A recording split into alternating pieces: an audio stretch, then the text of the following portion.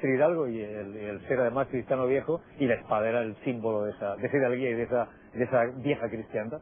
El hidalgo español es un mito. O sea, el hidalgo español de entonces avalaba mucho honor y tal, pero hay muchas apariciones aquí tú. Después ese tipo, pues cuando estaba en su casa, comía carne en Cuaresma y bueno, y cobraba por venderlo o comprar los cargos públicos y por todo. No era una España en absoluto impecable, una España en absoluto. Se nos ha vendido esa historia para ir la mano en el pecho, ¿no? Serio, grave, hidalgo. Había gente así, por supuesto, aún la hay, pero no era la excepción. La España entonces es una España pícara, una España más pendiente de las formas que de los fondos, una España como he dicho corrupta y a menudo más propensa al dinero que a la ideología.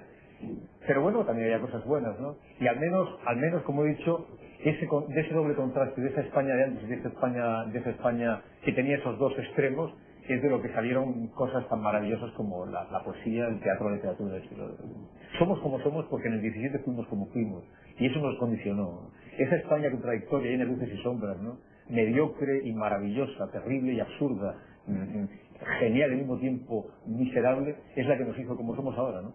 Pero por desgracia lo que pasa es que en una taberna como esta uno ya no encuentra a Quevedo, ni a lo que uno encuentra, pues no sé, pues a un político, o a un especulador, o a un banquero corrupto, o a un miserable, o a un mierda, pero no encuentra nunca a esos genios de entonces, ¿no? Entonces, me temo que mientras el siglo de oro lo recordamos nosotros ahora como siglo de oro, cuando lo recuerdan nosotros recordarán el siglo XX como un siglo mediocre. Pero bueno, es lo que hay, al menos tuvimos eso. Estuvimos junto a lo terrible y estuvimos lo maravilloso.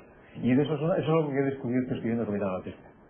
La España del siglo XVII amó el teatro con locura, era, pues no sé, pues como ahora los toros y el fútbol juntos, ¿no? Aquí estaba el teatro del Príncipe, que era el Corral del Príncipe, que era uno de los dos corrales con el de la Cruz más famosos de Madrid, y la gente, cuando había obra de teatro de Lope, por ejemplo, aquí se ponía hasta arriba de gente, había incluso cuchilladas por entrar, por ocupar un sitio, por asistir a la representación.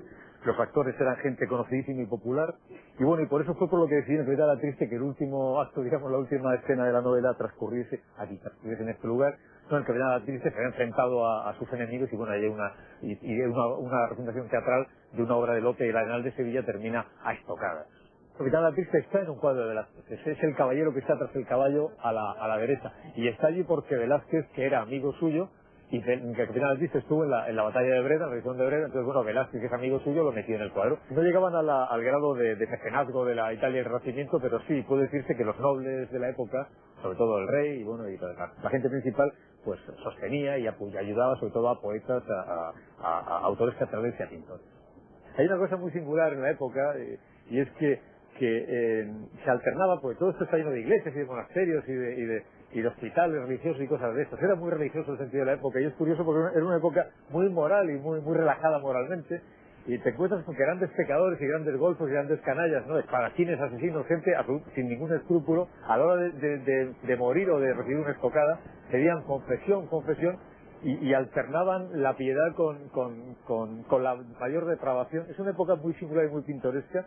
Bueno, hay un ejemplo muy claro, que es el propio rey Felipe IV, que es el que preside toda esta época. Es un tipo que es realmente religioso, sincero, es muy piadoso, es un hombre que cree realmente, tiene una fe. Incluso las guerras que hace en Flandes son guerras menos por intereses políticos que por intereses religiosos. En realidad lo que están haciendo es defendiendo una religión, paradójicamente, que creen que es la auténtica, además, y por eso hacen la guerra. Realmente hay una causa ideológica y moral en esas guerras equivocadas, pero no, pero se daba así. Bueno, pues este rey, que es un auténtico o meapilas, como se diría en términos coloquiales, pues en el tipo es un golfo. Le encantan las mujeres del pueblo, se va por ahí de golfeo, con mujerzuelas, tiene amantes, tiene hijos ilegítimos, y al mismo tiempo cae en crisis de misticismo. Recordemos a Lope de Vega, es algo muy de la época, esa alternancia de la religión y el pecado.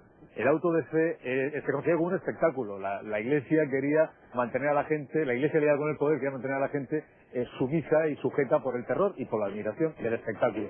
Entonces aquí se montaba un tinglado tremendo, el tablado en medio para quemar a la gente, y bueno, el rey se ponía detrás con la familia real, e incluso el rey Carlos II, poco antes de su muerte, un auto de fe, él mismo entregó el haz de leña con el que se inició el fuego, en el que se quemaron los herejes de ese auto de fe. Era una época, también es verdad que en aquellos tiempos la justicia y la piedad y la caridad eran muy distintas a como las entendemos ahora, y sobre todo hay que tener en cuenta que la España de entonces utilizaba la religión como forma de tener a los súbditos bien trincados por el pescuezo para hacerlos marcar el paso. Pero bueno, pues era un arma política más como tantas otras.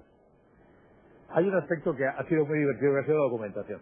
Realmente no hubiera merecido la pena de no haber intentado hacerlo lo más riguroso posible. Yo quería que la serie de Capitán Beatrice reconstruyese con la máxima fidelidad posible lo que era el Madrid y lo que era todo las costumbres y las armas y el vestido de la época. Bueno, fue divertido, me leí todo lo que pude, leí un montón de libros y fui a los museos y eso, y poco a poco pues reuní documentación, y de esa forma he intentado que cada paso, cada cosa, cada lugar, cada vaso de vino, cada estocada, todo fuese más o menos como era la época. Yo al principio pensaba en contar una historia como las había leído con el título, una historia de esparcines y aventuras, nada más, una cosa así pues como para desencantar, para pasar el rato. Pero a medida que empecé a leer y a documentarme y a buscar y a investigar el tema, fueron saliendo como las cerezas, fueron saliendo más cosas, más ramificaciones. Me di cuenta que tenía al alcance de la mano poder contar un poco la historia del siglo XVII en una serie de novelas y al mismo tiempo contar la historia nuestra de cómo fuimos y por qué somos como somos. Soy muy feliz haciendo esta historia, es como una parada en la época de las mías, es como una especie de paréntesis maravilloso y es como volver otra vez a ser niño, volver a recuperar todo aquello que desde que uno practicaba el teatro, tenía las emboscadas en las tabernas, Quevedo, Lope, Calderón, el horror, los tercios de Flandes, ¿no? Ese mundo que tanto quiso tocar, que tampoco se parecía después realmente a lo que yo creía que era, pero que aún así sigue siendo.